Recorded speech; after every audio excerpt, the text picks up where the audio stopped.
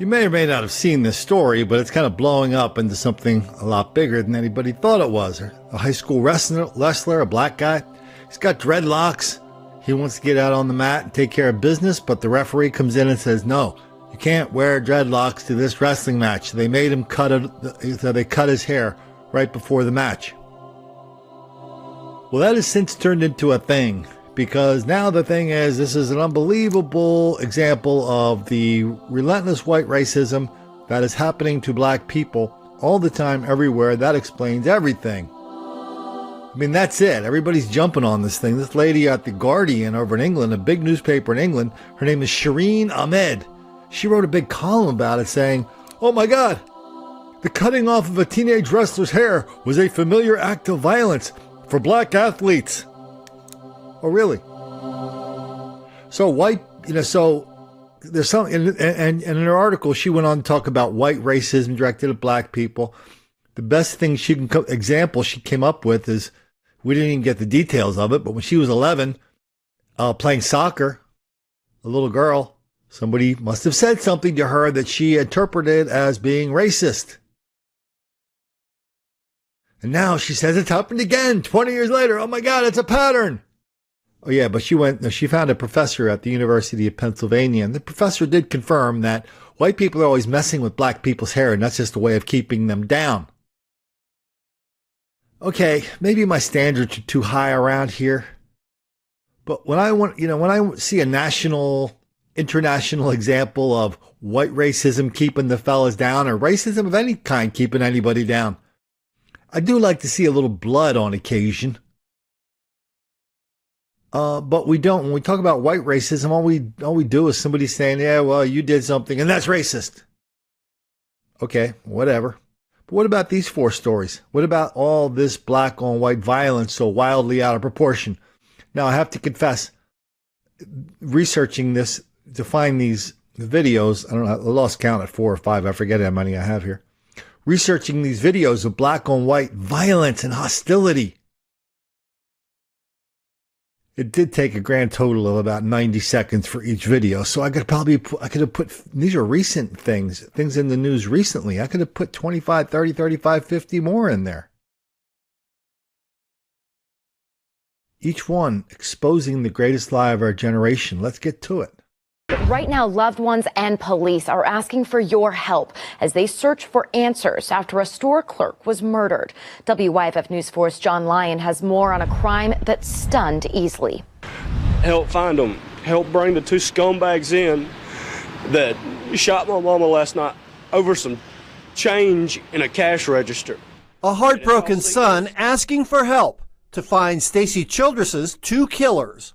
She should be able to be there today to see her granddaughter, to be able to hold her and watch her grow up. There's no reason for this. Easley police say 2 masked men entered BPAM's Food Mart about 8 last night with guns in hand, killing Stacy, who was in the store alone. I think she got one of them. From looking at the Facebook footage, it looks like she may have gotten the shorter one in the leg, because it looks like she shot first from looking at it. Look again at the men, both about 6 feet tall.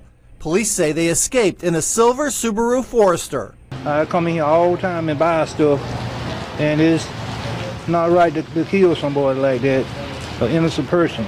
The killing shocked customers coming to the store today. Dalton Kirby also came back to the store today to haul away his mom's car. She's got a granddaughter that's turning 1 the 21st, and we're having her birthday party today. And then January the 21st, she's supposed to have a little grandson, and she was supposed to be there for it. She was just such a good person, and I miss her dearly. Some breaking news right now. CMPD telling us they arrested a 17-year-old for a murder in East Charlotte. We reported that Jessica Smith was found shot to death in October off East Crest Drive. Now Yamina Ruckard has been arrested and charged with that murder. Right now, police have not released details on a motive. A high schooler appeared in Clark County court on a charge of murder after a deadly shooting in Hazeldale. And prosecutors say the teen drove the getaway car. Fox 12's Tyler Dumont is outside the courthouse with new information that we just learned about the case. Terrence Busby is just 17 years old, but today a judge agreed to up the charge against him to first-degree murder in what prosecutors described as a planned, coordinated robbery gone wrong. Now, a judge would not allow our camera in the courtroom because the high schooler is a juvenile, but he is being prosecuted as an adult. Busby is accused of driving the black Mercedes used to get away from the shooting at a strip mall on Monday afternoon in Hazel Dell. It left 18-year-old Gage Kaiser dead. Newly released court documents reveal Gage was with his brother Skylar and two others when he was shot. Skylar Kaiser told detectives they had gone to the strip mall to sell marijuana to someone Gage talked to on social media. But when the buyer didn't pay and Gage tried to stop him, Gage was shot. Another witness parked nearby told detectives she saw it too, with a passenger coming up to Gage Kaiser with a gun that looked like a revolver before hearing gunshots and screaming. Another teen in Gage's car said the shooter then got into the Mercedes, which he believed was driven by someone named Terrence. A detective said they soon tracked down Terrence Busby and watched him dump the Mercedes at his family's house. The license plates on the car had been switched. The detective said Busby then went to his cousin's apartment, where he was later arrested. Investigators said family members at that apartment told them Busby had a history of drug robberies, and just days ago posted a photo on his Snapchat story showing a black revolver. Well, they were made public through an open records request, and they were obtained by our partners at the Salt Lake Tribune. It's the first time that we've heard Lauren McCluskey's voice and her cries for help. I've been blackmailed for money with threats of sending out. That's the voice of Lauren McCluskey in a call she placed to Salt Lake City Police on October 13th. Police did not release the portion of the call where she describes how she's being blackmailed. A university timeline revealed she was being threatened by her ex-boyfriend with compromising photos. Let me go ahead and get you over. University Police will probably take the case then. I've talked to them already, but okay. I just wanted to call you as well. The university's timeline indicates McCluskey called university police a day earlier to report receiving harassing messages. I was just concerned because I wasn't sure how long they were going to take to...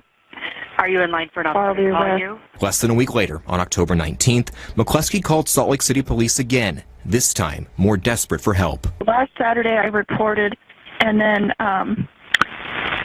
and I haven't gotten an update. The dispatcher asks if she contacted police at the U, and several times McCluskey expresses her frustration with their response. They haven't updated or done anything. So the case, it involves extortion because I haven't gotten an update. Yeah. And it's been a week. McCluskey is told to contact the detective at the university assigned to her case, and the call ends. Then, on October 22nd... My name's Matt McCluskey. My daughter is Lauren McCluskey, and she went missing tonight. Matt McCluskey, Lauren's father, places this call to Salt Lake Police. She was abducted while we were talking to her on the telephone. So we heard her being assaulted, and we called the University of Utah campus police. The terrified father manages to stay calm. I'm just calling you to let you know that this just happened like an hour ago. The dispatcher informs him that police are aware of the situation. Minutes later, Lauren's body was found.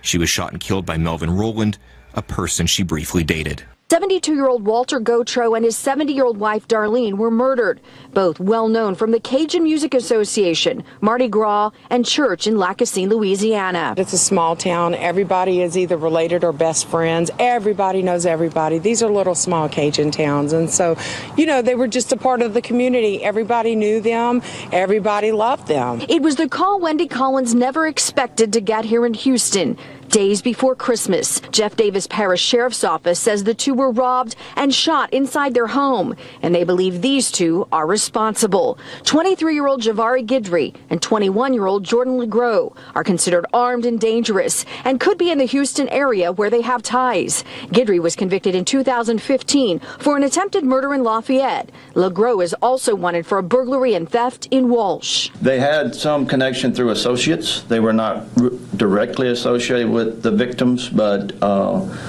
they did have contact with people who were close to the victims. Okay, so let's get the statues up. We'll have the statue of the kid, you know, in his wrestling garb. he'll have, maybe we should have, I don't know, maybe like half of his head shaved or at least cut. See, on one half I have a regular haircut. The other half will look like Sideshow Bob from The Simpsons. Now he's a national hero. Everybody wants to be a leader, defending the black people from this relentless white racism. It's doing so much damage, but at the same time, you try to get somebody to pay attention to this black on white crime and violence so wildly out of proportion. I'm talking murder here. Please, sir. I want some more. And people just look at it and they say, well, Colin, A, that's not happening. B, white people do it too. Or C, white people deserve it. Or D, and there's also a D on these lately. The D is, Colin, you're a bad person for noticing. Well, I'll plead guilty to D.